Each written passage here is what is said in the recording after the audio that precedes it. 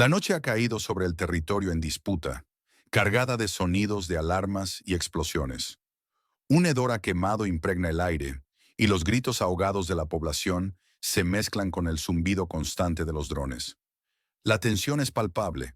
Una atmósfera de anticipación ansiosa se cierne sobre esta nación al borde del colapso. Pregunta para ustedes. Escriban desde dónde nos están viendo, su país y ciudad. La Fuerza Aérea de la Federación de Rusia ha ejecutado nuevos ataques masivos, según informes, dirigidos a fábricas y almacenes de drones. Videos publicados muestran destellos, incendios y operaciones de rescate en estas instalaciones. La infraestructura energética en las regiones de Odessa y Chernigov ha sufrido daños significativos. Decenas de miles de personas se encuentran sin electricidad. Los testigos describen haber escuchado explosiones y el zumbido de los motores durante horas. Las redes sociales, por su parte, han difundido videos de comisionados militares deteniendo a hombres por la fuerza. Los vehículos de reparto son utilizados para llevarlos, a menudo con una brutalidad inusitada. ¿Por qué ocurre esto? Pregunta para ustedes. ¿De qué ciudad, país nos ven ahora? Márquense en los comentarios. Todo esto importa ahora porque la situación es frágil, extremadamente difícil. El presidente de la República en cuestión, el señor Zelensky, ha declarado que, por los ataques masivos en las ciudades, habrá una respuesta. Una promesa de retribución. Pero, ¿a qué costo? Europa se prepara para una potencial intervención, lo que podría cambiar el tablero de juego por completo. Esto nos lleva a una verdad inquietante. La movilización en la nación en disputa no cesará. Es una afirmación directa, un golpe brutal a la esperanza. El subjefe de la oficina del presidente de esa nación, Pavel Polisa, declaró sin rodeos: la movilización no se detendrá incluso si hay un alto el fuego. Esto es una condena a la guerra perpetua. Esto cambia todo. El conflicto entra en su fase más peligrosa. Esta situación impacta directamente en la vida de cada ciudadano. ¿Cómo puede florecer una economía cuando el fantasma de la movilización forzada acecha a cada esquina? Los riesgos políticos, militares, económicos y sociales se disparan. La movilización forzada, que ha sido reportada con creciente frecuencia, no solo drena la fuerza laboral, sino que también socava la moral pública. La desesperación se asoma en los rostros de aquellos que son arrastrados a la fuerza, muchos de ellos sin entrenamiento militar previo o en condiciones físicas no óptimas para el combate. Este reclutamiento indiscriminado genera una enorme inestabilidad social, con familias separadas y un futuro incierto. La desconfianza hacia las autoridades aumenta a medida que la necesidad de personal militar supera cualquier consideración humanitaria o de derechos. La comunidad internacional observa con preocupación, pero sus acciones parecen diluirse ante la magnitud del conflicto. Las sanciones económicas impuestas a Rusia no han logrado detener la agresión, y el flujo de armamento a la nación en disputa, aunque vital, es insuficiente para cambiar drásticamente el curso de la guerra. La retórica de apoyo se contrapone a una realidad donde los misiles siguen cayendo y la gente sigue muriendo. Las organizaciones humanitarias luchan por brindar asistencia, pero el acceso a las zonas afectadas es difícil y peligroso. La crisis de refugiados sigue en aumento, ejerciendo una presión inmensa sobre los países vecinos y la infraestructura de acogida. La resiliencia del pueblo de la nación en disputa es admirable, pero no inagotable. Cada día que pasa se acumulan más traumas y cicatrices en el tejido social. La reconstrucción, cuando llegue, será una tarea hercúlea que requerirá décadas y una inversión masiva. ¿Qué debe fact-chequear nuestro equipo en el próximo programa? Un solo hecho, por favor. Por ejemplo, el número de misiles Patriot en existencia en Occidente. Existen versiones contradictorias. Oficialmente, la nación en conflicto afirma defender sus posiciones y haber logrado éxitos locales en el Donbass, una narrativa de resistencia. Por otro lado, fuentes rusas hablan de avances significativos en las regiones de Yarkov y Vovchansk, con el uso intensivo de aviación y artillería. ¿Quién dice la verdad? Hay informes que sugieren que el flujo de ayuda militar a la nación vecina podría ser intencionalmente limitado. Una de las razones dadas es la producción limitada de sistemas de defensa clave. Por ejemplo, solo se fabrican 600 misiles Patriot al año. Hay 18 países compitiendo por esa escasa cantidad. ¿Es esto una traición o una estrategia deliberada para prolongar el conflicto? La escasez de misiles Patriot no es solo un problema de producción, sino una cuestión geopolítica compleja. La demanda global de sistemas de defensa aérea de vanguardia se ha disparado, no solo por el conflicto actual, sino por las crecientes tensiones en otras regiones del mundo. Cada país busca asegurar su propia defensa, lo que genera una competencia feroz por estos recursos limitados. Además, la transferencia de tecnología y la capacidad de producción están altamente reguladas, lo que dificulta una expansión rápida y masiva. La cadena de suministro global, ya afectada por pandemias y conflictos comerciales, también contribuye a estas limitaciones. Los fabricantes se enfrentan a desafíos para obtener las materias primas necesarias y la mano de obra especializada.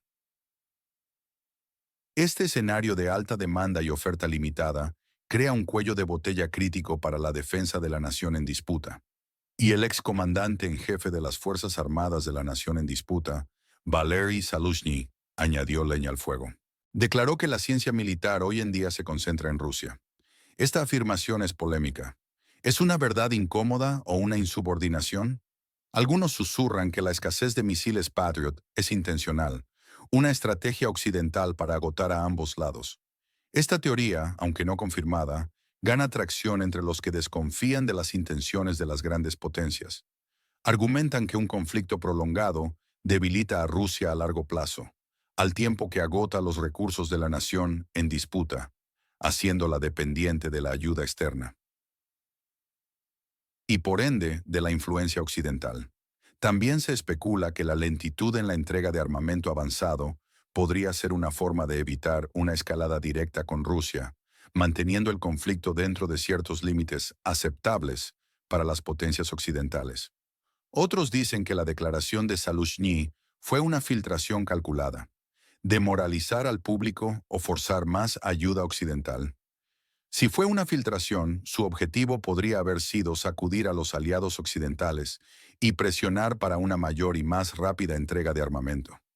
La desesperación por la falta de apoyo suficiente podría llevar a tales tácticas extremas. La idea es que al exponer la supuesta debilidad en la planificación militar y la fuerza de Rusia, se incentivaría a Occidente a redoblar sus esfuerzos. Unos pocos creen que el despliegue de fuerzas multinacionales es un caballo de Troya, una forma de control occidental. Esta perspectiva sugiere que cualquier intervención a gran escala podría tener motivos ocultos, más allá de la simple ayuda humanitaria o militar. Temen que la presencia de fuerzas extranjeras pueda erosionar la soberanía de la nación en disputa o ceder parte de su control a intereses foráneos. Estas versiones generan intensa discusión, alimentando la polarización y la desconfianza, tanto dentro como fuera de la nación en conflicto. La desinformación y la propaganda se propagan rápidamente, dificultando discernir la verdad en medio de la confusión. Los ciudadanos luchan por entender lo que realmente está sucediendo y qué esperar. La narrativa de la guerra se convierte en un campo de batalla en sí misma, donde cada declaración, cada informe, es analizado y diseccionado en busca de significados ocultos y agendas secretas. La psicología de la guerra afecta a todos, tanto a los que luchan en el frente como a los que esperan en casa, bombardeados por información y rumores. ¿A quién le creen de este conflicto? ¿Un solo medio o una sola persona? El contexto histórico de esta región es crucial. Pensemos en el Donbass y Kharkov. Son históricamente importantes por su industria, sus conexiones de transporte. Su ubicación cercana a la frontera rusa es estratégica. La lucha actual por estas tierras es feroz. La historia de estas regiones, ricas en recursos y con una población con fuertes lazos culturales e históricos con Rusia, complica enormemente el conflicto.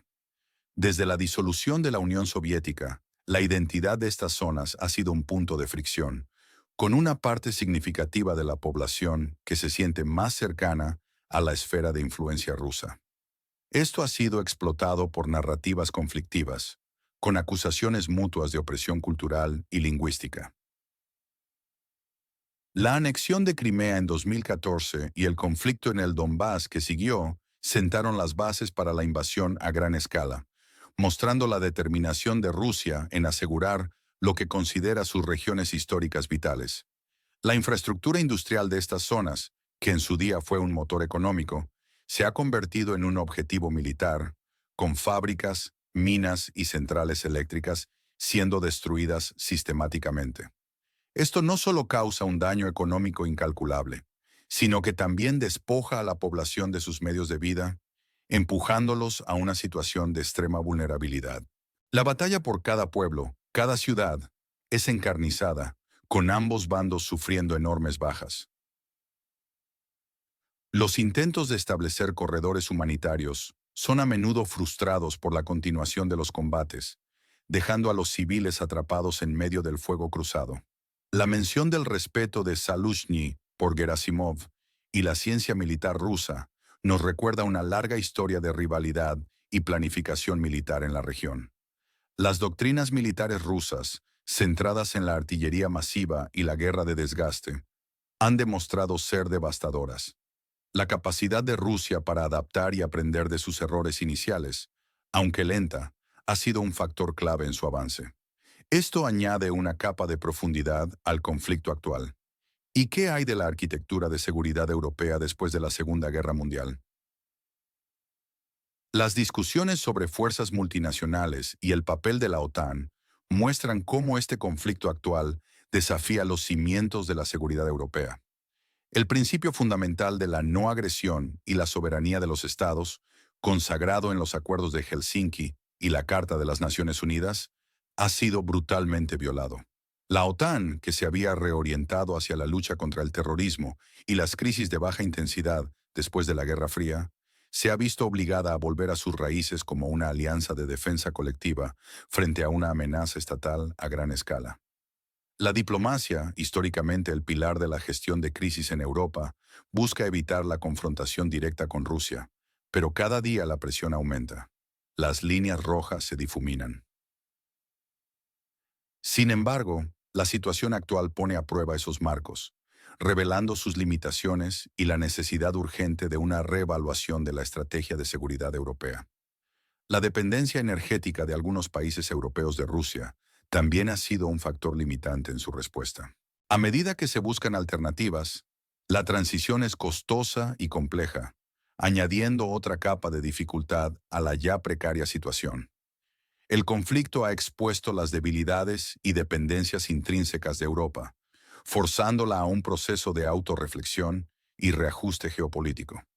Los debates sobre la creación de un ejército europeo autónomo, capaz de actuar sin la plena dependencia de Estados Unidos, se han intensificado, aunque su implementación es aún lejana.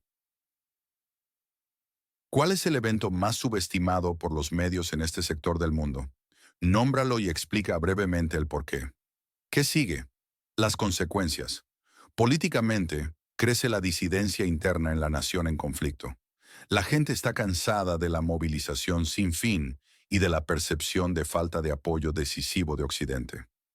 La movilización forzada ha creado un caldo de cultivo para el descontento, con protestas esporádicas y un aumento de la resistencia pasiva. La confianza en el liderazgo político se erosiona a medida que las pérdidas aumentan y la esperanza de una victoria rápida se desvanece. La fatiga y las divisiones aumentan en Europa y la OTAN. Algunos países están sintiendo la presión económica de las sanciones y el costo de la ayuda militar, lo que lleva a debates internos sobre la sostenibilidad de su compromiso. La unidad inicial de la OTAN, aunque robusta, ha comenzado a mostrar grietas, especialmente en la forma de abordar la ayuda a largo plazo y las futuras perspectivas de paz. La urgencia de la crisis humanitaria a menudo eclipsa las consideraciones políticas a gran escala, pero ambas están intrínsecamente ligadas. Militarmente, el agotamiento de las capacidades de defensa aérea deja las ciudades de la nación en disputada vulnerables. La pérdida continua de vidas es insostenible. La carencia de misiles antiaéreos no solo facilita los ataques aéreos rusos, sino que también tiene un efecto devastador en la moral de la población civil, que se siente cada vez más expuesta. Un riesgo latente de escalada existe con el posible despliegue de fuerzas multinacionales. Una intervención directa podría transformar el conflicto, potencialmente involucrando a otras potencias y llevando a una confrontación aún más amplia. Las líneas rojas, antes teóricas, se hacen peligrosamente reales. Económicamente, la destrucción generalizada de la infraestructura, tanto energética como productiva, augura un colapso económico. La red eléctrica, los puentes, las carreteras y las fábricas han sido sistemáticamente atacadas, haciendo imposible la vida normal y la actividad económica. La inflación y los precios de la energía en Europa aumentan a medida que el suministro de gas y petróleo se ve afectado por las sanciones y la interrupción de las cadenas de suministro. El costo de vida se dispara, afectando a millones de hogares europeos y generando un descontento social que presiona a los gobiernos. Socialmente, habrá nuevas oleadas de refugiados, un trauma psicológico severo para los civiles y la erosión del tejido social. Las imágenes de ciudades en ruinas y familias desplazadas son solo la punta del iceberg de un sufrimiento humano masivo. Los servicios de salud mental están colapsados, incapaces de atender el volumen de personas con estrés postraumático, ansiedad y depresión. La cohesión social se desgarra bajo la presión de la guerra, con divisiones entre los que se quedan y los que huyen, y entre aquellos que apoyan la movilización y los que la resisten. Los niños en particular son las víctimas silenciosas, con su educación interrumpida y sus infancias robadas. El impacto generacional de este conflicto será profundo y duradero. Su pronóstico para el plazo. ¿Cuándo ocurrirá el evento clave? Mes, año, más una razón. La pregunta que nos persigue es, ¿quién gana y quién pierde en esta sombría partida? Rusia podría ganar en términos de objetivos militares inmediatos, ganancias estratégicas y la creación de una zona de amortiguación. Ganaría si la defensa aérea de esa nación se agota y si la ayuda occidental flaquea debido a las divisiones internas. Su victoria, sin embargo, vendría con un alto costo en vidas humanas, recursos y un aislamiento internacional que podría durar décadas. A pesar de sus ganancias territoriales y el control sobre regiones estratégicas, la economía rusa sufriría un impacto a largo plazo debido a las sanciones y la fuga de cerebros.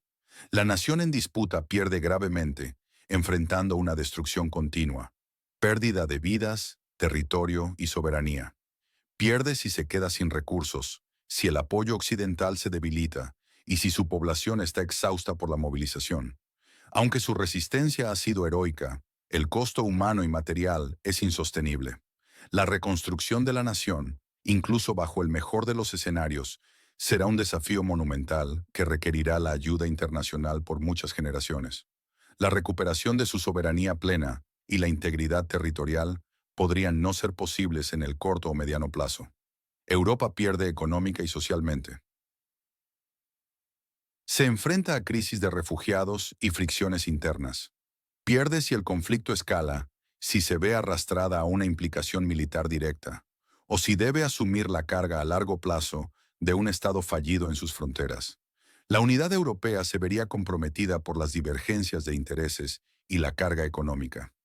La reputación de Europa como garante de la paz y la estabilidad en su propio continente se pondría en jaque. Estados Unidos, por su parte, podría ganar al debilitar a Rusia sin una implicación militar directa.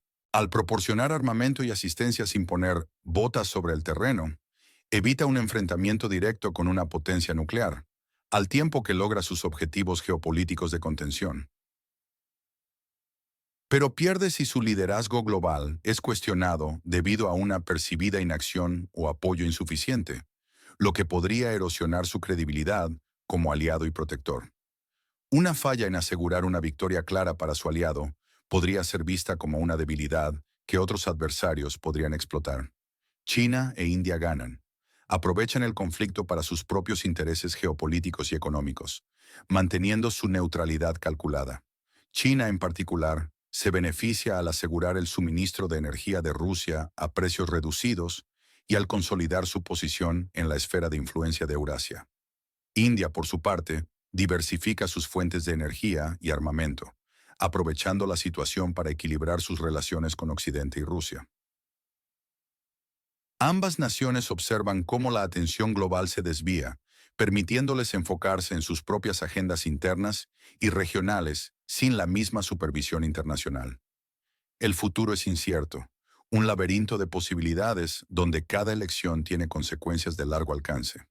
La resolución de este conflicto no solo determinará el destino de las naciones involucradas, sino que también redefinirá el equilibrio de poder global y el orden internacional para las próximas décadas. El armisticio, si llega, será solo el principio de una larga y dolorosa recuperación, con heridas que tardarán generaciones en cicatrizar. Las fronteras, las identidades y las lealtades se reconfigurarán de maneras impredecibles. ¿Dónde ven la línea roja entre los dos lados de este conflicto interminable? Una sola frase, por favor. La noche del terror se ha cernido sobre una nación. Un conflicto que no da tregua. Europa se asoma al abismo. ¿Intervendrá o sucumbirá a la fatiga? La movilización es interminable. El sacrificio es supremo. El silencio del cielo se cierne sobre la nación cuando sus defensas fallan. ¿Habrá un límite a este dolor? Este canal busca la verdad sin censura. Les trae el análisis más honesto. Suscríbanse para no perderse un solo análisis.